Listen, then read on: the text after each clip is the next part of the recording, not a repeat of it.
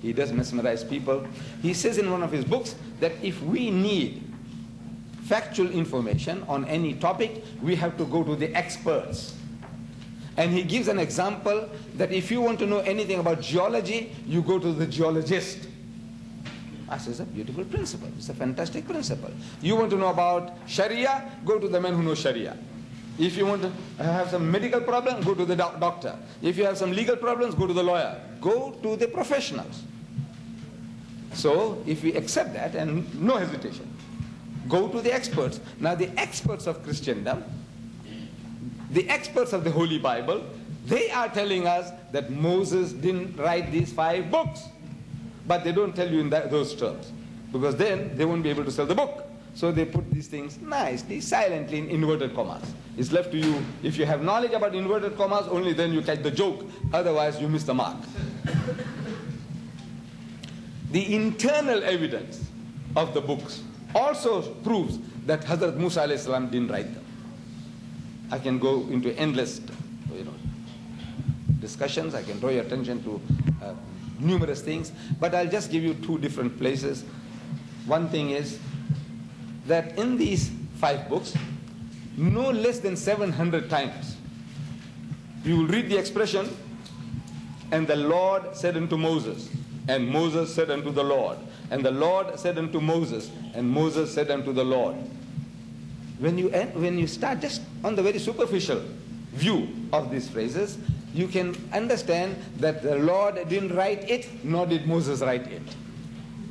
See, it's third party. Somebody else is telling you what he has heard, maybe from hearsay, that you see these were words given by God to Moses, and Moses again spoke like this and like that. If Hazrat Musa alayhi salam, Moses, if he had written these words, if he had noted them down, he would have said, and the Lord said unto me, and I said unto the Lord, and I spoke to the Lord, and the Lord said unto me. That's in the first person. This is somebody writing in the third person. That means, speaking from hearsay. So Allah didn't dictate it, nor did Musa alayhi salam write it. Very face of it. So can you blame the biblical scholars for telling us that Moses didn't write it? Put them in inverted commas. No, you can't blame them. Then in the last chapter of the last book, supposed to be the book of Moses, in the book of Deuteronomy, chapter 34, we read about the obituary of Hazrat Musa alayhi salam. Obituary, when a man dies, you put some nice, beautiful epitaphs on his tombstone. Here lies Mr. Ahmad Deedat, one of the great comparative study, scholars, students of religion, and so on and so on. You might put it after I'm gone. Obituary. So Hazrat Musa alayhi salam is supposed to have written his own obituary. Listen. It says, and there Moses died in the land of Moab. He died. He's alive, but he died in the land of Moab over against Beth Peor. And no man knoweth of his sepulchre unto this day. No man knows about where his grave is up to today. Is this man walking in flesh and blood? Is he telling you that his grave is somewhere and nobody knows where it is today, up to today? Did he write that? That he died when he's alive? Doesn't he know his language? That this is past tense, he's still alive, and he says, I died. Oh, he could have made a prophecy. Like, if I were to make a prophecy, I says, I'm going to all over the country, I will be visiting Washington, and I will die there in Washington, and Reagan will attend my funeral. Maybe it will never happen, anything like that. But can you see now, I can say that now, that I think, I had a dream, or somebody tickled me, and I heard some voices to say this is what is going to happen. I can tell you that I will die in Washington, D.C., and Reagan and Mrs. Reagan, they will attend my funeral. But, when I'm still alive, how can I say that I died in Washington, D.C., and Reagan was there? How can I say that? That I died when I'm talking to you now. I'm alive. Hazrat Musa alayhi salam could never have uttered those words, that he died. Then it says, and Moses was. This is simple grammar, simple basic English, And Moses was 120 years old when he died. Musa alayhi salam, he's telling you that I was 120 years old when I died, when he's still alive. And his natural powers had not abated.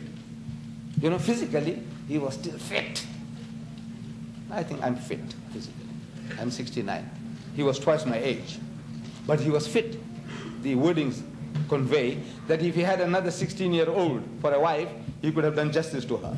You know, his natural powers, physical powers, sexual powers had not abated. He was still strong. Did Musa alayhi salam say that? You know, you think he would talk like that? Telling people, he says, you know, I'm still all right. You know? No, no. These are not his words. And there arose not a prophet since in Israel like unto Moses, whom the Lord knew face to face. Since in Israel. Since when? Did Musa say that? No. Can you see on the very face of it, these books are not the books of Hazrat Musa alayhi salam. And hence, they are not the word of God. Then there are certain other things about these books, 5 books. In these 5 books, there are 5 cases of incest. Actually, I'm sorry, in the first book, leave out the 5, the first one, Genesis, there are 5 cases of incest. And the bulk of the people in the Middle East, you know, when I was asking them, I said, please put up your hands, those who don't know what incest is. And quite a fair proportion put up their hands. I said, look, nothing to be ashamed of. We don't have to, we can't claim that I know every word, even sometimes simple words. They beat me. So I said, please put up your hands. Those of you who do not know the meaning of the word incest, don't be ashamed, just put up your hands. If everybody knows, then I can carry on. If you don't, I will have to explain. Please put up your hands, those who don't know the word incest. If you don't know, all of you know, my sisters, you know what is incest? All of you know? MashaAllah. MashaAllah. This is a stupendous discovery. No, it is a stupendous discovery. Very good. Well, of course, you are Americans, you see. I was talking about the Arabs. All right, for the benefit of those, you know, I could have like Mullah Nasrullah. You know, he was a character among us.